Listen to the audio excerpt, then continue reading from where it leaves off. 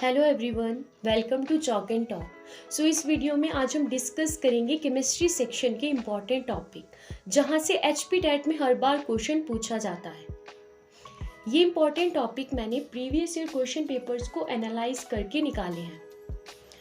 तो सबसे पहले बात करते हैं जर्नल क्वेश्चंस की। जर्नल क्वेश्चन जो भी हमारे केमिस्ट्री सेक्शन के रहते हैं, जो हर कॉम्पिटिटिव एग्जाम में पूछे जाते हैं, आपको वो करने हैं। जैसे कि एटॉमिक थ्योरी किसने दी, इलेक्ट्रॉन किसने डिस्कवर किया, प्रोटॉन किसने डिस्कवर किया, न्यूट्रॉन किसने डिस्कवर किया, फादर ऑफ मॉडर्न केमिस्ट्री कौन है। अब बाकी आपसे हाइड्रोजन के आइसोटोप से क्वेश्चन पूछ लिया जाता है। हैवी वाटर कौन सा आइसोटोप है। नेक्स्ट इज जैसे सुपर हेलोजन किसे कहते हैं, सबसे ज़्यादा इलेक्ट्रोनेगेटिविटी किसकी है, सबसे ज़्यादा इलेक्ट्रॉन एफिनिटी किसकी है। इस तरह के क्वेश्चंस जर्नल क्वेश्चंस। बाकी आपके जो पीरियोडिक टेबल है वहाँ से आपके बहुत ज़्यादा जर्नल क्वेश्चंस रहते हैं। आपसे पूछ लेंगे जेनॉन हेक्सा फ्लोरोप्लेटिनेट के बारे में, ये हमारा फर्स्ट नोबल गैस कंपाउंड है। बाकी मोस्ट अबंडेंट मेटल पूछ लेंगे, liquid metal, liquid non metal पूछ लिया जाता है, नोबल मेटल पूछ लिया जाता है, हैवीएस्ट मेटल, इस तरह के क्वेश्चंस।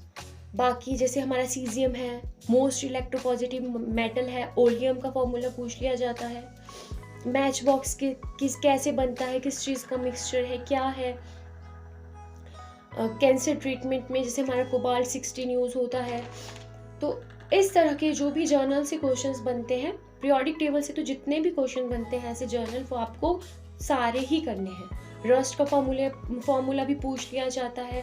बाकी आपसे पूछ लिया जाता है कि पीएच से बहुत क्वेश्चन आते हैं हर बार। विटामिन से क्वेश्चंस आते हैं।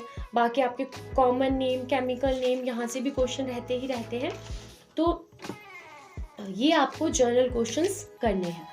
बाकी अगर अब स्पेसिफिकली टॉपिक्स की बात करें तो सबसे पहले आपको करना है matter and states of matter, यहाँ से क्वेश्चन आता है। Next is models of atom, जैसे हमारा थॉमसन मॉडल है, बोहर मॉडल है, ये आपको 9th क्लास एनसीईआरटी में मिल जाएंगे। आपको इनको अच्छे से करना है। नेक्स्ट इज मोल कंसेप्ट, आपको +1 +2 एनसीईआरटी में मिल जाएगा, वहाँ से इसको अच्छे से करिए, यहाँ से भी क्वेश्चन बनता है। नेक्स्ट इज केमिकल रिएक्शंस से भी आपने देखा होगा हर बार एचपी टेट में क्वेश्चन पूछा जाता है, चाहे वो डिस्प्लेसमेंट रिएक्शन से हो, रिडॉक्स रिएक्शन से हो, कहीं ना कहीं से क्वेश्चन हर बार डाला जाता है। देन इक्वेशन बैलेंसिंग, तो आपको इक्वेशन बैलेंस करनी भी आनी चाहिए, यहाँ से भी क्वेश्चन आ जाता है। Next is acids and bases, यहाँ से भी क्वेश्चन आपको देखने को मिलता है। Next is metals and non metals से बहुत सारे क्वेश्चन देखने को मिलते हैं। तो आपको मेटल्स एंड नॉन मेटल्स अच्छे से करना है। Uses of metals and non metals in daily life अच्छे से करना है। Next is carbon and its compounds. इस carbon and its compounds topic भी आपको डीपली करना है, अच्छे से करना है, और इसमें आपको बॉन्डिंग करनी है। इसी तरह से आपको हाइड्रोजन एंड इट्स कंपाउंड्स करना है। जैसे मैं आपको पहले बता चुकी हूँ कि आपको chemical names and common names हर बार पूछे जाते हैं, हर कम्पिटिटिव एग्जाम्स में पूछे जाते हैं, तो आपको ये अच्छे से करना है। तो केमिकल नेम्स आपको 9th 10th एनसीईआरटी में बहुत ज़्यादा दिए गए हैं, वहाँ से करिए, ये वहीं से ही पूछे जाते हैं। और साथ में आपको कॉमन नेम्स भी करने हैं। नेक्स्ट इज कॉन्जुगेट बेस, ये करना है। उसके बाद आपको करना है मिक्सचर, एंड देन आपको करना है कॉलॉइड्स। जो आपका conjugate base, mixture and colloids, ये टॉपिक रहते हैं, यहाँ से आपको ज़्यादातर एग्जाम्पल्स पूछे जाते हैं, तो आपको एग्जाम्पल्स इनके अच्छे से करने हैं। नेक्स्ट इज एंजाइम्स, तो आपसे पूछ लिया जाएगा एंजाइम क्या होता है, इसका क्या रोल होता है, कैटालिस्ट क्या होता है, इसका क्या रोल होता है, तो यहाँ से क्वेश्चन बन जाता है। नेक्स्ट इज इलेक्ट्रॉनिक कन्फिग्रेशन, तो 9th 10th एनसीईआरटी में इलेक्ट्रॉनिक कन्फिग्रेशन अच्छे से दिया है, यहाँ से सीखिए, आपको बताना आना चाहिए, कि आपको सॉल्व करना आना चाहिए। Next is valency and covalency topic को भी ध्यान से करना है, यहाँ से भी क्वेश्चन देखने मिलता है। अब बात करते हैं IUPAC नेम। तो IUPAC नेम्स के आपके जितने भी रूल्स हैं उनको अच्छे से पढ़िए, और आपको IUPAC नेम से हर बार क्वेश्चन आता ही आता है, चाहे वो आपका टेट हो, कमीशन हो, IUPAC नेम से क्वेश्चन आता ही आता है। देन नेक्स्ट इज पॉलीमर्स से भी हमें क्वेश्चन देखने को मिला ही है। इसके बाद है बायोमोलिक्यूल्स। तो बायोमोलिक्यूल्स +2 बायोलॉजी में भी है, मेडिकल स्टूडेंट्स ने पढ़ा होगा तो उनको वो यहाँ पर भी हेल्प करेगा। बाकी अगर नहीं किया है तो आप इसको अच्छे से जाके करिए। Next is periodic table. तो पीरियोडिक टेबल से तो आपको कोई भी क्वेश्चन नहीं छोड़ना है। पीरियोडिक टेबल से तो हमारे बहुत ज़्यादा क्वेश्चंस बनते हैं, आपको अच्छे से करना है। या आप 10th और +1 NCERT से करिए। यहाँ से आपसे SPD ब्लॉक से क्वेश्चन पूछ लिए जाते हैं, सीरीज से पूछ लिए जाते हैं, हेलोजन सीरीज कौन सी है, नोबल गैसेस कौन सी है, इस तरह के question.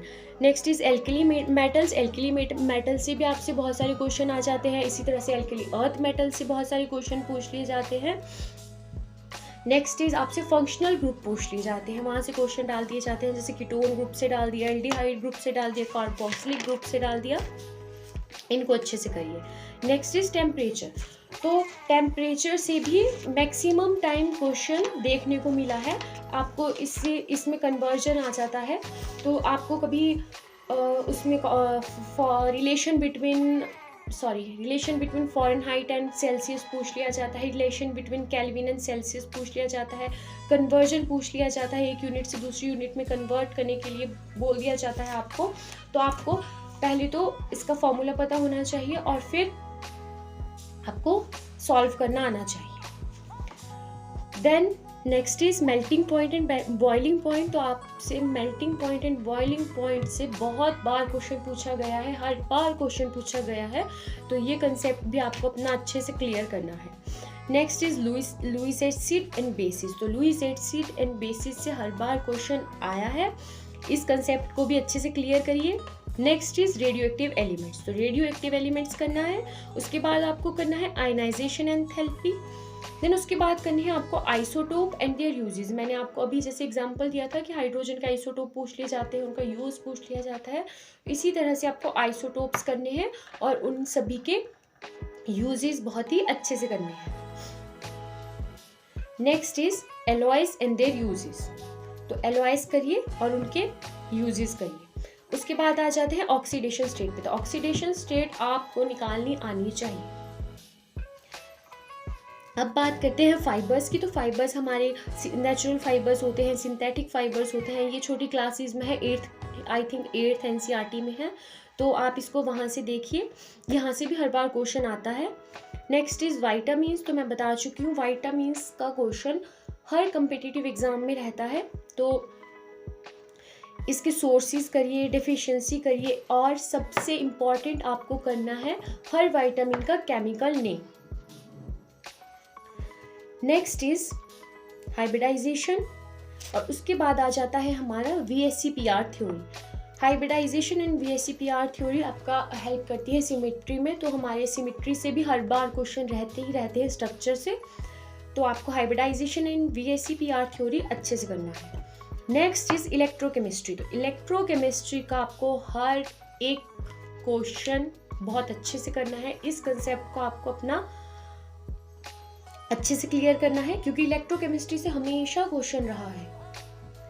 Next is organic compounds. Organic compounds को करिए। इसके बाद आ जाता है हमारा हाइड्रोकार्बन। हाइड्रोकार्बन करिए। Next is bonds. तो आपसे बॉन्ड्स पूछ लिए जाते हैं, hydrogen bond, covalent bond, ionic bond. तो इन लोग ये इस तरह के क्वेश्चन अच्छे से करिए। अब बात करते हैं कि कौन सा चैप्टर हम कहाँ से करें। ये तो थे इम्पोर्टेंट टॉपिक। अब है कि हम कौन सा चैप्टर कौन सी बुक से करें, कहाँ से करें। तो सबसे पहले बात करते हैं HP टेट नॉन मेडिकल की। तो नॉन मेडिकल में हमारे, अगर आप 8th, 9th एंड 10th की NCERTs ही पढ़ते हो, वहीं से ही आपके 15 to 20 क्वेश्चंस हर बार पूछे जाते हैं, सिर्फ 8th, 9th और 10th की NCERT से। फिर आउट ऑफ 30, 15 to 20 मार्क्स आप वहीं से ही ले सकते हैं। और 8th, 9th एंड 10th के भी कुछ गिने चुने चैप्टर्स हैं, 10 to 12 चैप्टर्स हैं, जहाँ से ये क्वेश्चंस पूछे जाते हैं। तो फर्स्ट चैप्टर है 8th क्लास का, क्रॉप प्रोडक्शन एंड मैनेजमेंट। यहाँ से सेपरेशन मेथड्स पूछ लिए जाते हैं। Next is synthetic fibres and plastic.